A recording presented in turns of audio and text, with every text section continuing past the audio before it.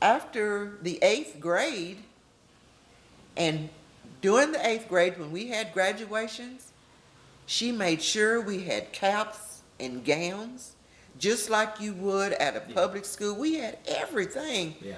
We would march, we would practice, we would go on the side and we would go out the side door and we would practice how we were to march in. Wonderful. She had everything that we needed. She made sure that we had it.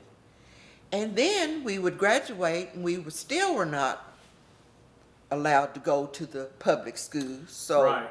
You were bused to Newport. yes. Is that correct? Yes. In Jackson County? Yes. Was that the WF Branch High School? Is Yes, that it what that was. Yes, yes, it was. So Randolph County did not have a high school for African American students, correct? That's right. What was that high school like, Branch High School? Well, it was a wonderful thing because we were going to a big school where there were kids that, well, we could have dates. Uh-huh. Here, we wouldn't have been able to date. We couldn't have gone to the prom. We could go to the prom. You could play basketball. You could be in the band. Right. You could be a cheerleader. You could be all of those things, and it was a big Big deal. Yeah, Big deal. Right, yeah, Uh-huh. I bet it was. Yeah. It's like a whole different world exactly immediately. And It was. so a fairly positive experience? very positive. Schools will be schools. Sure, you had sure. teachers you liked, And ones you didn't. teachers you didn't like, but the main thing was those kids would be so glad to see us. Yes. When we would drive in, and we had a little small bus. When we would drive in, the kids would be out, welcome us, our friends. When we would go to the bus in the afternoons, they'd walk us to the buses. We just had friends, a lot of friends. And so you made a lot of new friends as a result of going to the high school. Sure. A lot of new friends. Yeah. So I tell everybody, it was hard getting up early in the morning Yeah. and catching a Catching bus the and bus, going to school. Right. And our parents, I'm sure, were very nervous about us being on the road, worried about us getting there safe Right. and getting back. But it was a really big thing to get to have new friends, Sure. new activities, and we still have friends. We still have those friends. So it was a good thing, and it was a bad thing too. Sure.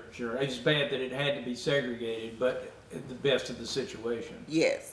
I've read that by August 1970, Branch High School had closed and Newport High School was integrated around 1970. Yeah. But it wasn't exactly a smooth transition from what I've read. Some of the African American students walked out. Some even dropped out of school altogether. Do you remember? I don't remember Okay. any of that. We were not, there at that time. Right. But if you just think about it, just think about how different that would be. Okay. I know it was that way here, and I did not attend the public school here. But some of the students that did, they said that it was a difference. Oh yeah. Some of the students said that the teachers did not really treat them bad, they just ignored them. Yes. And then you think about the transition is like you left a school where everybody was glad to see you, happy to see you, and then you transition to a school where people are kind of skittish about you being around, or didn't necessarily want you there. Didn't really, yeah. Yeah. So it was. I'm quite sure it was. Curious to know how many African American students left the area to attend college. Oh,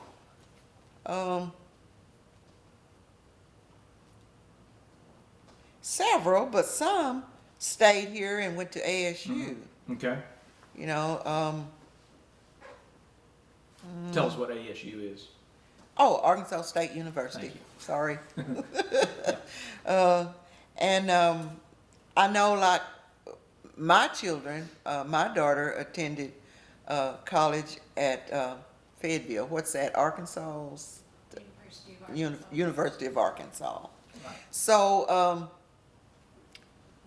there were several that left, but some of the students left because their families left before going to college.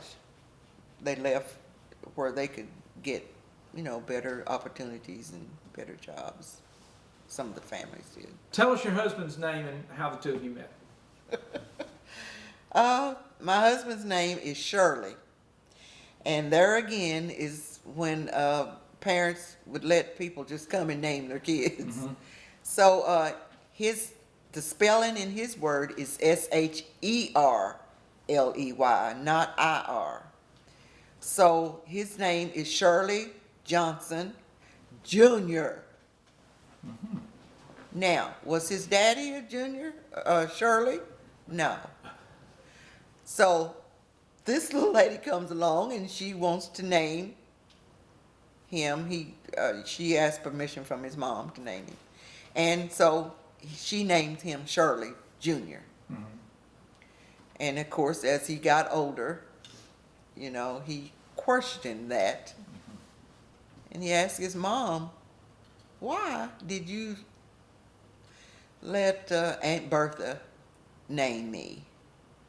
And he said, I don't think you know how many fights I have had in high school because I have that name. That's wonderful. I had to tell that. That's great. But that is his name, Sherley Johnson. And the way that we met, Shirley lived in a rural area here called Burdell.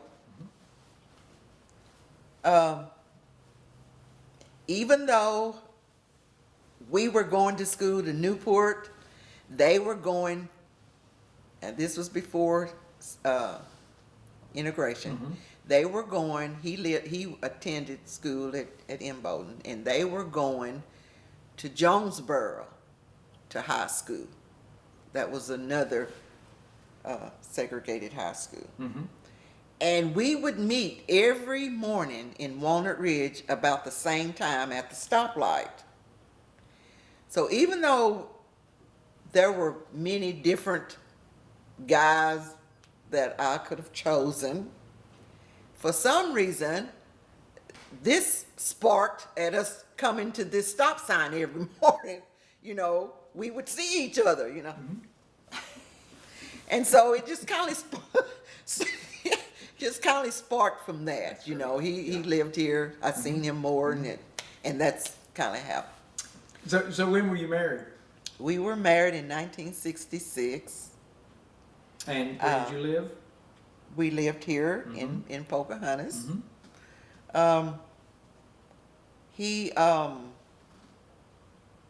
He worked, well, starting off, you know, he worked just little pickup jobs at a service station, and then he worked at Sally's Handle Mill that I was telling you about earlier, and then he got a job with the railroad. Okay. And so he worked with the railroad about 19 years. He worked for the railroad. Any children?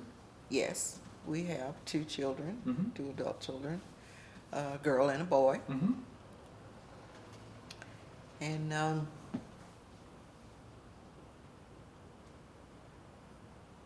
that's how our beginning. We got married very young.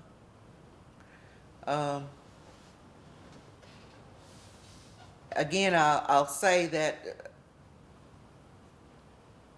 growing up, our parents taught us more about work ethics. It wasn't so much as education. Because if you don't have something, how you going to push something that you didn't have? So even though we were allowed, we got to go to high school, you know, but we did not attend college. But we grew up knowing that you had to work. So when we got married, you know, it wasn't any playtime. It was work. Sure. And we started a family right away. And so we lived here and made our living here. So we had opportunities to leave, but we never did. I never wanted to leave. I wanted to stay close to my parents, and he did too. So we never moved. And of course, we had pretty fairly jobs. So we just made our home here. Did you work outside the home? I did. Every step he made, I made to help make the living.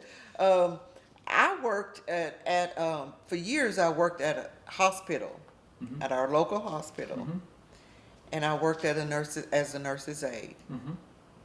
And I worked there for many years, and got acquainted with many people. Got with the doctors, and you know, just that was something that I really, really enjoyed, and got a lot of training, but I never did really go to school. I always felt like I couldn't. I had young babies, and I had, you know, working and trying to help make the living. I just, that was always scooted back to the burner. Of course. But I've always, and I don't know if it's because I've lived here all my life, I've always had opportunities to do a lot of different things. I've always had support, I'd say. Support from people in the community that helped me in a lot of different ways. So I worked there, and then I left there and I went to work for the state. I worked for the state health department. I was the lab technician for the state health department, and also I worked in home health. Was that all in Pocahontas? Yes, yes. But it was areas and times where I was transported out into other counties. Like I'd work in Lawrence County, I'd work in Greene County, I'd work in Clay County. A lot of opportunities to work in a lot of different places through the state. And I retired with the Department of Human Services. Okay. In the foster care area. Well, talking about opportunities, tell us more about the history and significance of this place, the Eddie Mae Herron Center, and clear up something for me, because I'm a little confused about something. Okay. The structure dates to 1919. Is that correct, or was this an earlier building built in 1865 that was moved here in 1919, or was it actually built on site in 1919? It was built here on site. Okay. But it was, in the early years, it was in a different part of the town. Right, the AME church was in a different part of the town. Yes, the church was. But the building itself was not moved here. It was only the congregation that was moved here. That's and then right. this building was built in 1919. Right here. Part of the Yes, building. that's right. It was built here. Yep. Point back to that part of the building so that I'll have that on camera. Yes. Yes, right. Yeah. This section here was the one room, and it was the church, and also it was AME, St. Mary's AME Church, and this is also what became the school, the one-room school. Yeah, I'm gonna hand back there so I can see that. Yeah. I really hate that we've got it broke down. Right. I Normally just want to be able to see that building, you know. Yeah. Normally we have it set up as a classroom, the way it was when we attended school. But with our activities that we have here, we have to break it down sometime, and we're having a upcoming candidate speaking and pie auction. In 1948, the school building was transferred, I think that's when you were talking about the school building was transferred to the Pocahontas school system. And then after the school closed in 1964, the building was used as a preschool. Then the McCarrolls, I think, operated it as a senior center or something yes, like that. they got permission from the school Okay. to use this as a place where they could quilt, or the ladies could come together, quilting and just communicating, together. Was that integrated? Were there both races involved in the Yes. in the center? Okay. Yes. But we just didn't want, we knew that this building had a significant, it had something that we felt like we needed to hold on to Preserve. needed to preserve it. Right. So those ladies started off by just using it to quilt. And you had to keep lights on, you had to keep the water on. Sure. So they would do many things, like they would have like bake sales, and they would roll papers and sell papers, collect cans to have money to keep the lights on. They really worked hard with trying to preserve it, but they could never get up enough money to keep it going, Right. it going. We would have old timer softball tournaments, and people that used to live here would come back, and we would have softball tournaments to try to have money to keep it going. Right. So the people that have left here, they have been a part also with trying to keep the building. So they just could not get up enough to keep it going. So when did you decide that you were going to lead an effort to restore the building and start the center? Well, after the time came when the ladies could not keep it going, I lived in this area, close in this area, and I'd come by here every day, and I'd say, "Oh, that building is just going down. It's just really deteriorating." Right. And I just had in my mind, we're gonna lose that building. I don't know. And so every day, basically, I would come by and I would think that. So it stayed in my mind all the time. So in around 1998 or 99, one morning, I don't know what it was, faith or whatever. It just struck me, and I thought, I'm going to see if I can't go and get some help to try to see if we can't preserve that building. Right. And the radio, we listened to the news every morning, and Wayne Gerhardt was the Chamber of Commerce director at that time, and he was telling on the radio that they had received a grant for the airport, something about the airport. And then I thought, oh, maybe Wayne can help. And so that was in my mind that day. I'm going to go see Wayne, just kind of tell him what I had in mind and see what he could do to help us. And so I did talk to him about it, and he said, I told him, I said, Wayne, I would like to know, is there any way that you could help me get a grant to preserve our school building? Because I would like to have a place where we could talk about African American history. And the reason I said African American history is because I would talk to many of my friends, white friends, and they would say, Pat, whose room were you in? I don't remember you being in my class. Whose room were you in? And I'd say, well, I couldn't go to school with you. I didn't go to school. And then I thought, that's a history that's not even talked about, or it's not even known. Right. That Sure. we were segregated Right. off in a school to ourselves. And so I thought, that needs to be talked about. So I said that to Wayne. I said, I'd like to have a place where we could talk about and educate about African American history Sure. in Randolph County. Yeah. So he said, Pat, who owns the building? At that time, I didn't really know. I said, I don't know. He said, do you think the school still own it? And so he said, why don't we go to the school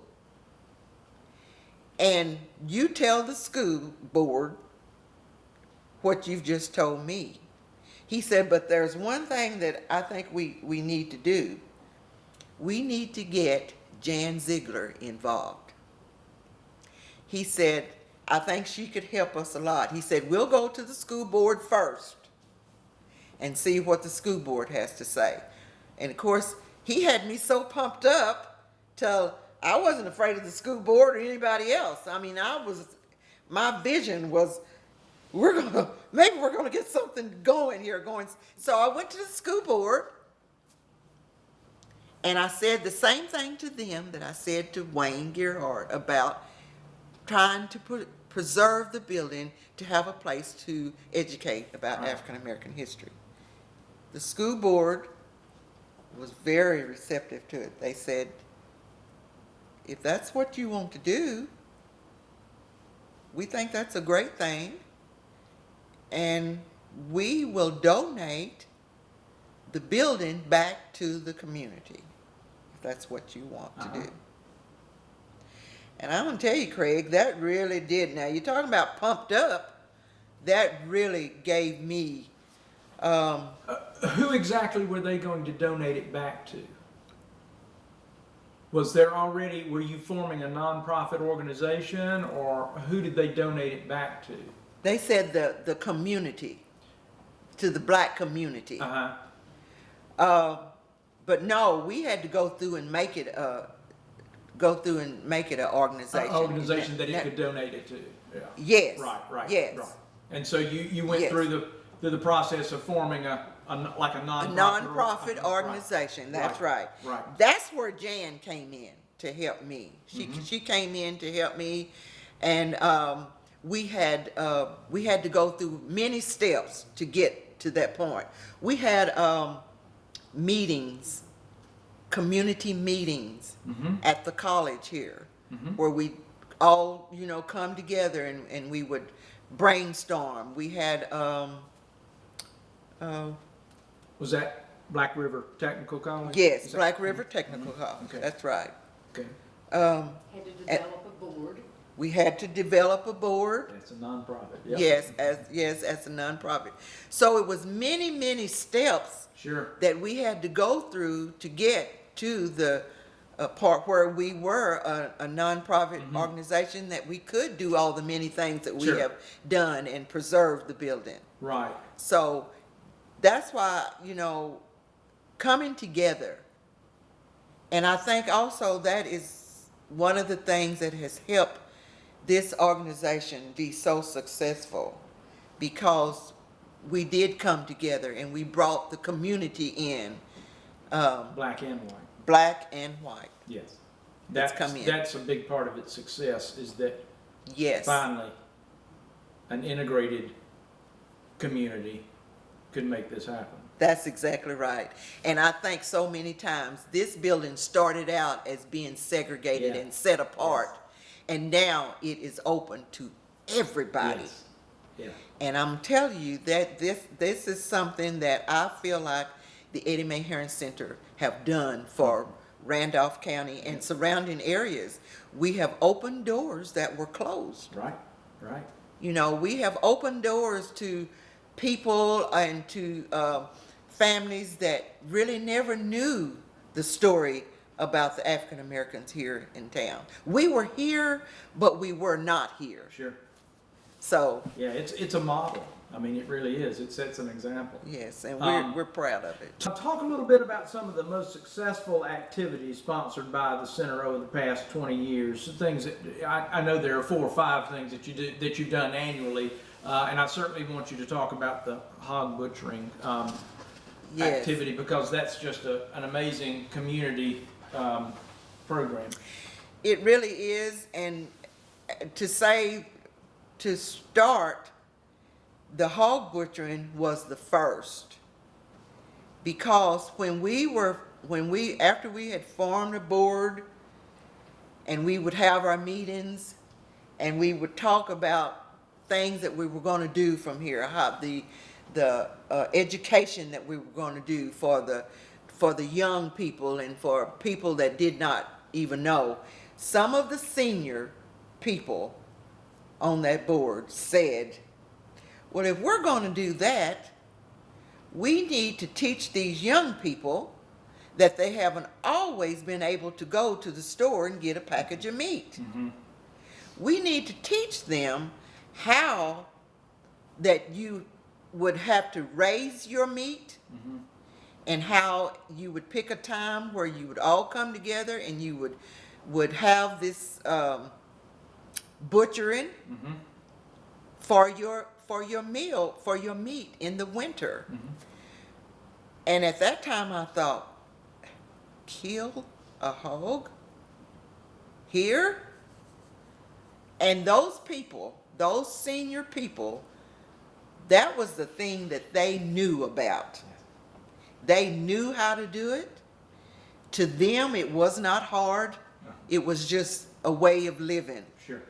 So we, as that were a little younger than they were, we were like, oh, there's just no way we can do that. But we did. And we started having the hog butchering here on the premises to teach about raising your food, Mm-hmm. and how to prepare your food, how to put your food up Mm-hmm. for families. Mm-hmm. And this was the first one was in 2004, I think, was the very first one that we had. But it grew beyond just that. I mean, it grew beyond just about butchering a hog and providing meat, because it became a pretty big social event too, right? Yeah. Yes, Talk it about does. that. That's fascinating. And that's the one thing that I don't know about other cultures, but the one thing with African American people is we like to eat, and whenever we come together, everybody brings food, and you put it together and you have. So yes, the hog butchering have grown. It grew out to be such a big community activity. Mm-hmm. And not only black people, but white people had the same bringing up. And that was something that was exciting to them. Mm-hmm. They knew about rendering the Lord. Mm-hmm. They knew about making the cracklings and making the sausage, and they knew all of those things. Sure. And so they were teaching. Mm-hmm. And that's how it grew up. So along with the hog butchering, everybody would bring food, Mm-hmm. and we'd have a big dinner. And after we got finished with the preparation of the hog, the meat and everything, we turned it into a fundraiser. Mm-hmm. And the fundraiser was that people that really wanted fresh meat, Mm-hmm. they wanted to buy this meat. Of course. So we had an auctioneer that would come.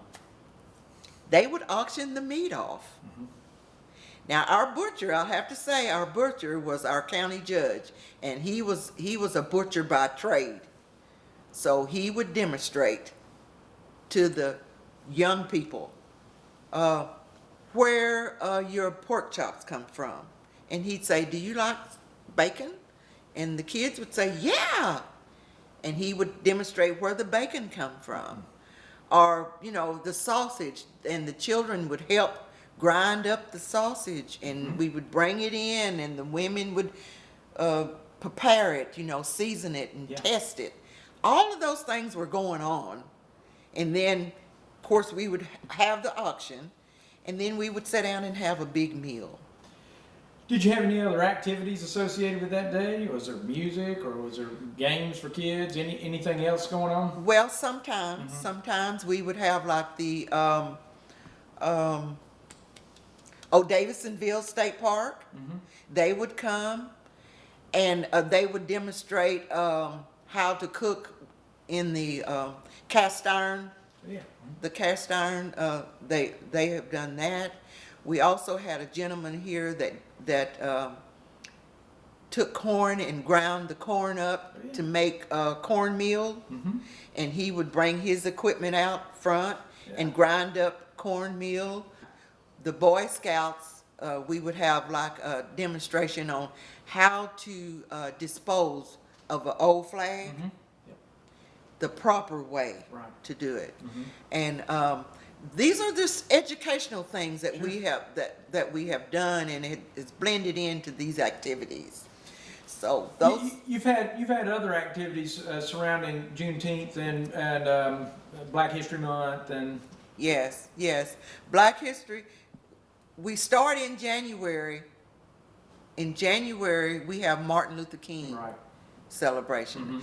Martin Luther King is a celebration that was not done in Randolph County before the Eddie Mae Herron Center came to be an organization. It just wasn't.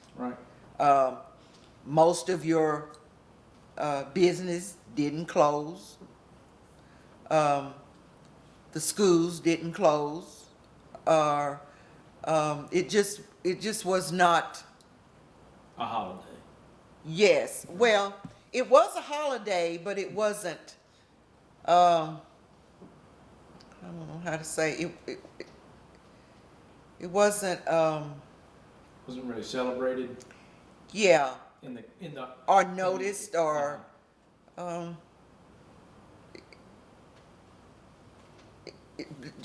until, and that was one of the things that I thought when we get the Eddie Mae Herron Center up and going.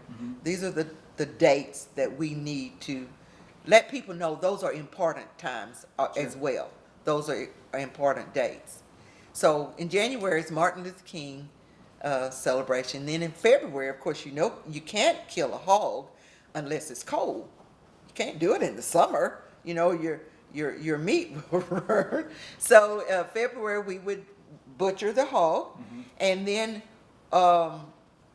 also we came up with a way to have another fundraiser, because the Eddie Mae Herron Center is funded through donations, fundraisers, and some grants.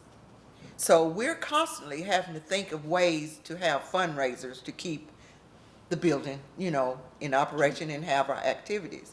So we came up with, during election time, we have a candidate speaking and a pie auction.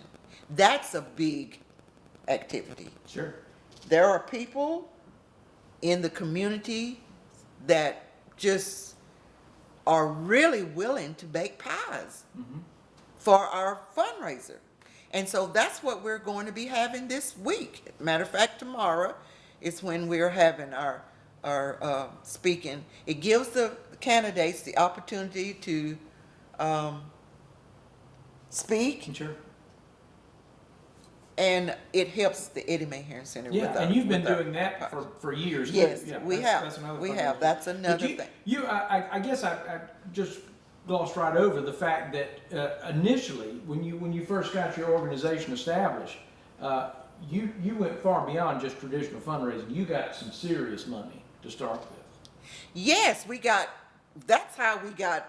Right. That's how we got started. The city gave us seed money. Okay. To start. Okay.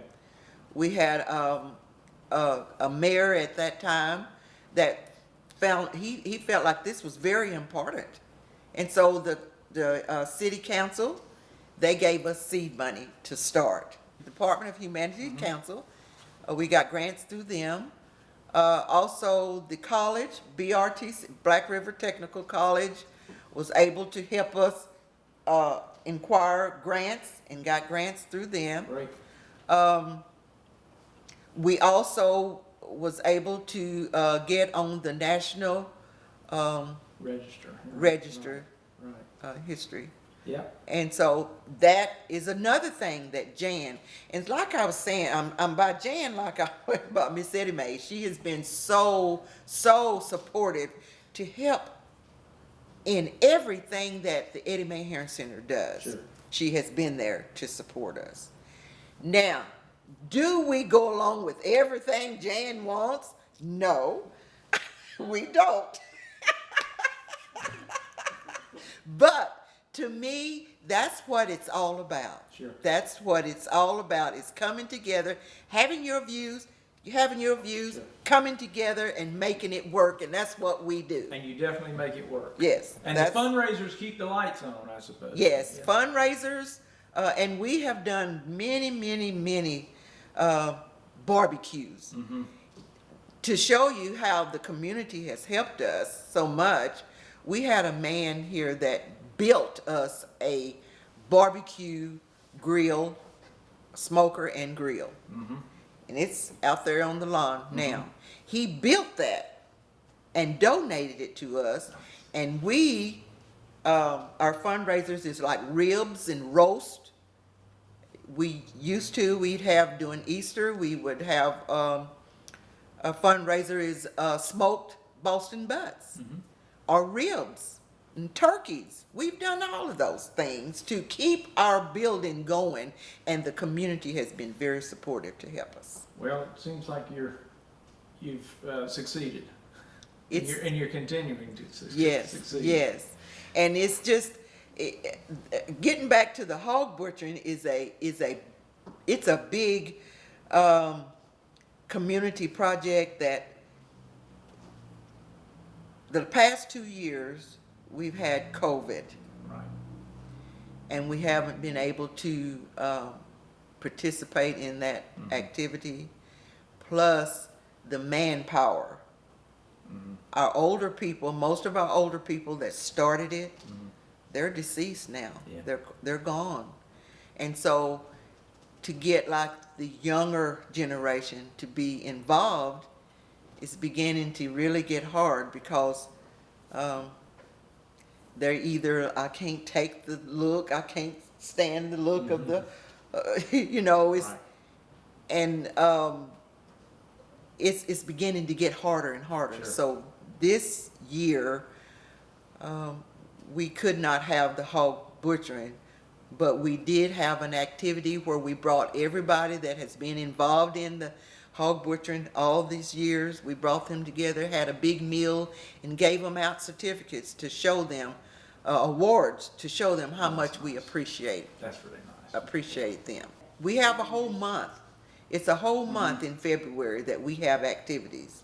We have of course, we have the hog butchering, but we have people that come in, and we have different activities, different programs.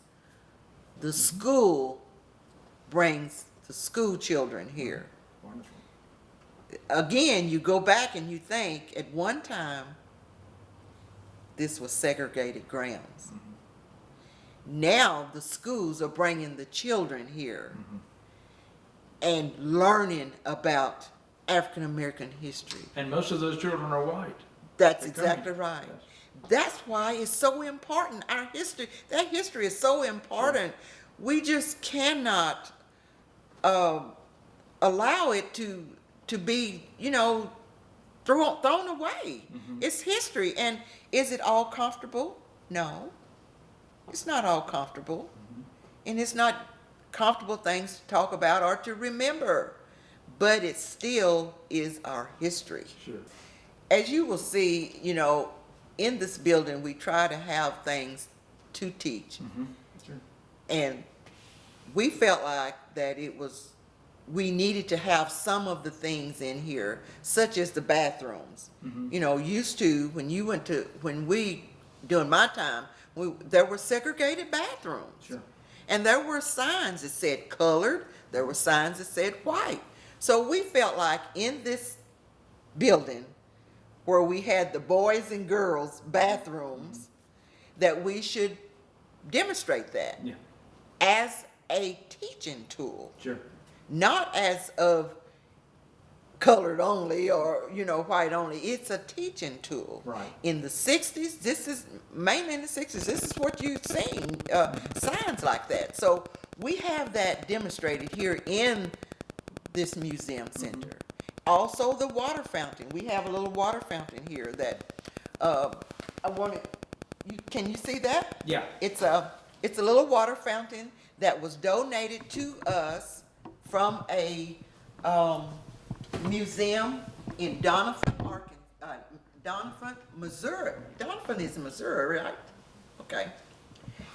In Doniphan, Missouri, it's a museum that donated that to us. And I had been looking for something like that to demonstrate the difference in the water and water fountain. So, and mainly Doniphan, I think, is predominantly white. And so it's just like people like that, it's almost like they're willing to help with the history, but you have to go forward first to emphasize that, yes, it was our history and we all need to talk about it. We all need to remember it. Ms. Pat, how long have y'all been doing a Juneteenth celebration here? It started in 2008. Okay, so, because it became a national holiday just this past year. So but y'all have been celebrating it. Before. I didn't know how long. Yes, we started in 2008, I believe it's when we had our very first one. And I really didn't know about Juneteenth until I was in a program, LEADAR program, and it's and we happened to go to a town that was having this celebration, and I inquired what kind of celebration is this, and they were saying, and of course this was further on, south, that it was a Juneteenth celebration. And of course, whenever I go off and I see something that's going on, I want to bring that back to Pocahontas.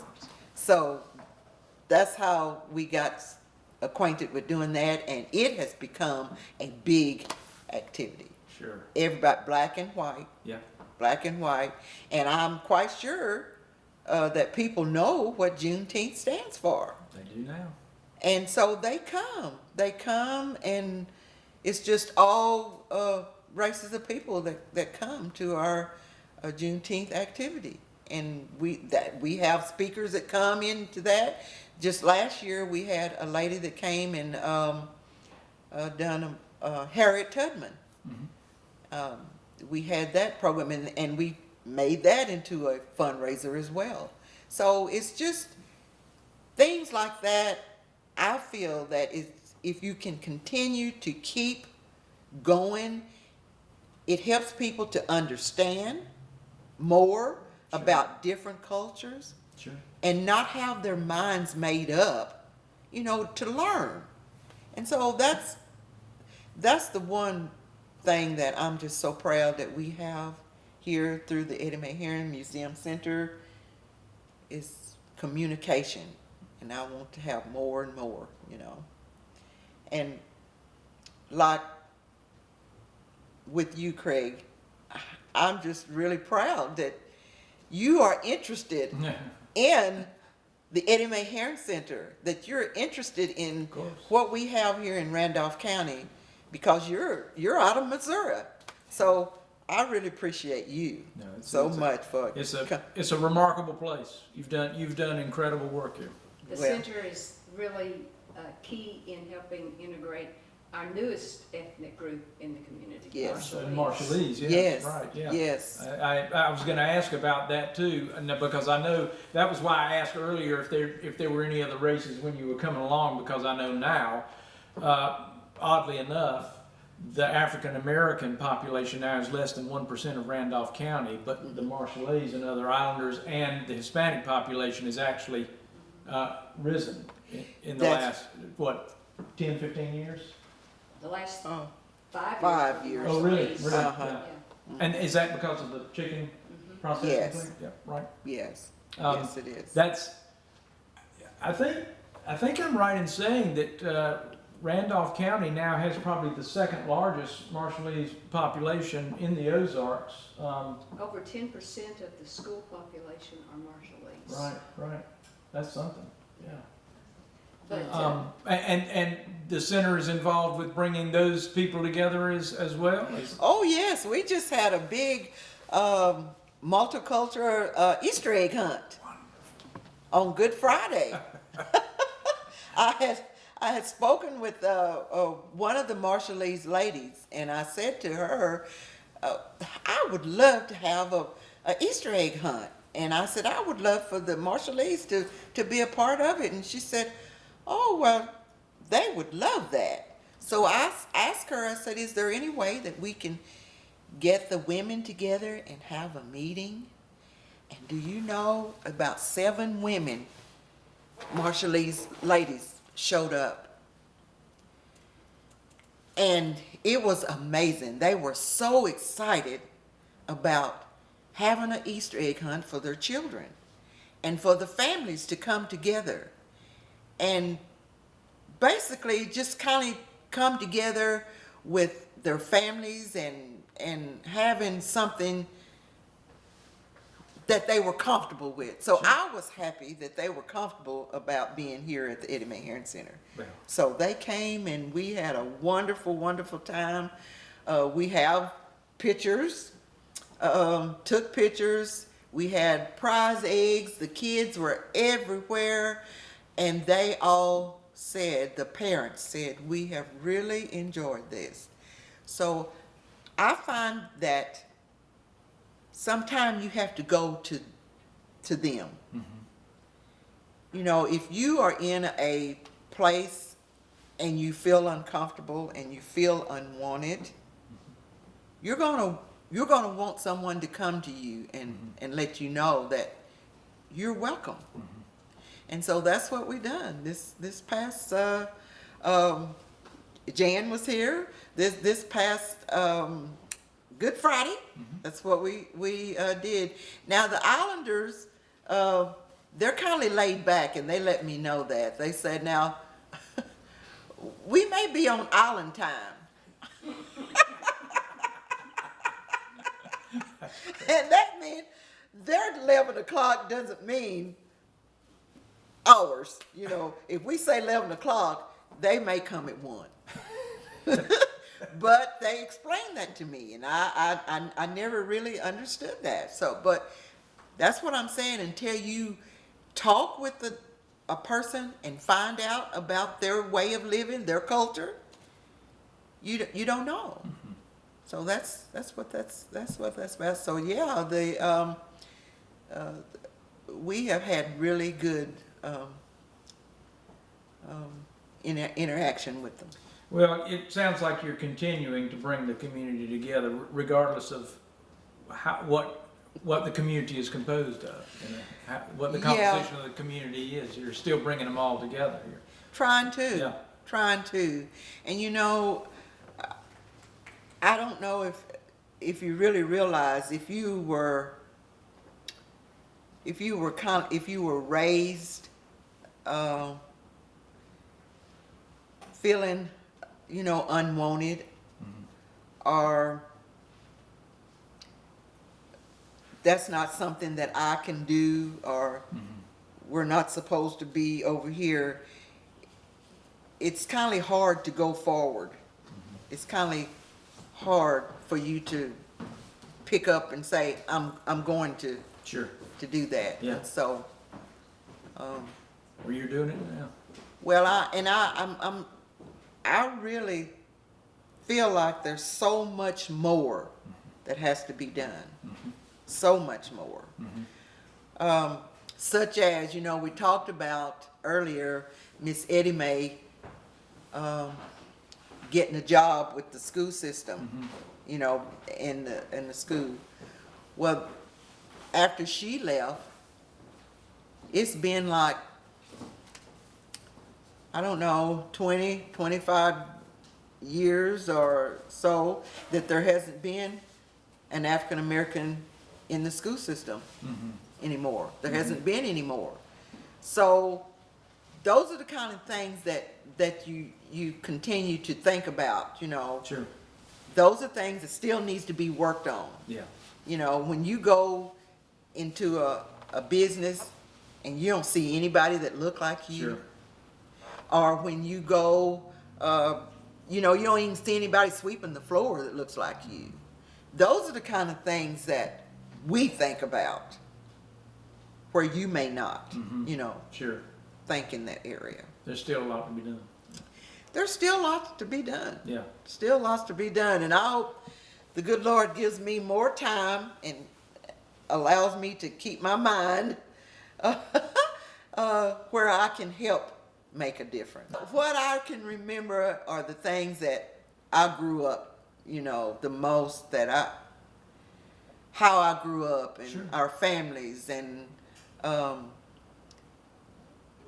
which I want that to be documented somewhere, because it's very important Sure. that when you look at statistics and when you read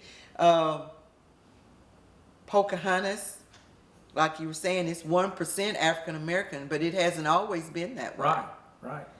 It has, our families were here, and many families that started out here, they moved away to have a better life, to have better working situations, and better, and some stayed and some left. And those people are still a big part of our community. We have family reunions. They come back here. We have birthdays. Last year we celebrated 100th year. One of our seniors turned 100-year-old. People came back, came back home and visited. So I want this to be documented that it hasn't always been 1% African American. And when it was more, we were here, but we were not here. Sure.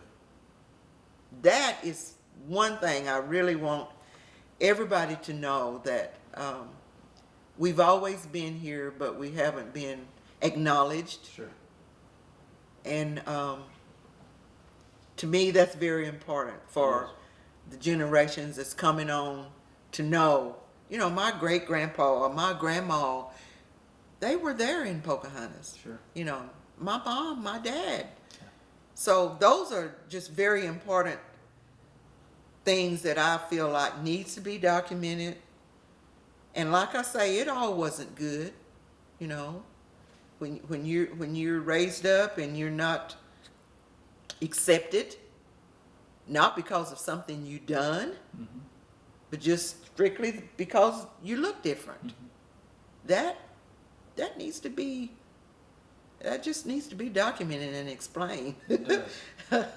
That you know, things can be different, but it takes communication. It takes getting together. And the Eddie Mae Herron Center, I feel like, have done that for Randolph County and surrounding areas, because we have people out of Jonesboro, we have people out of Walnut Ridge and Hoxie, and you know, it's just opened up a lot of doors. I'm sure it has. It really has. So Thank you so much for doing this. Well, I appreciate it very much. I really hope that I have done a good job for you, because this is very important to me as well. Good. Like I say, I want it to be documented. I want it to be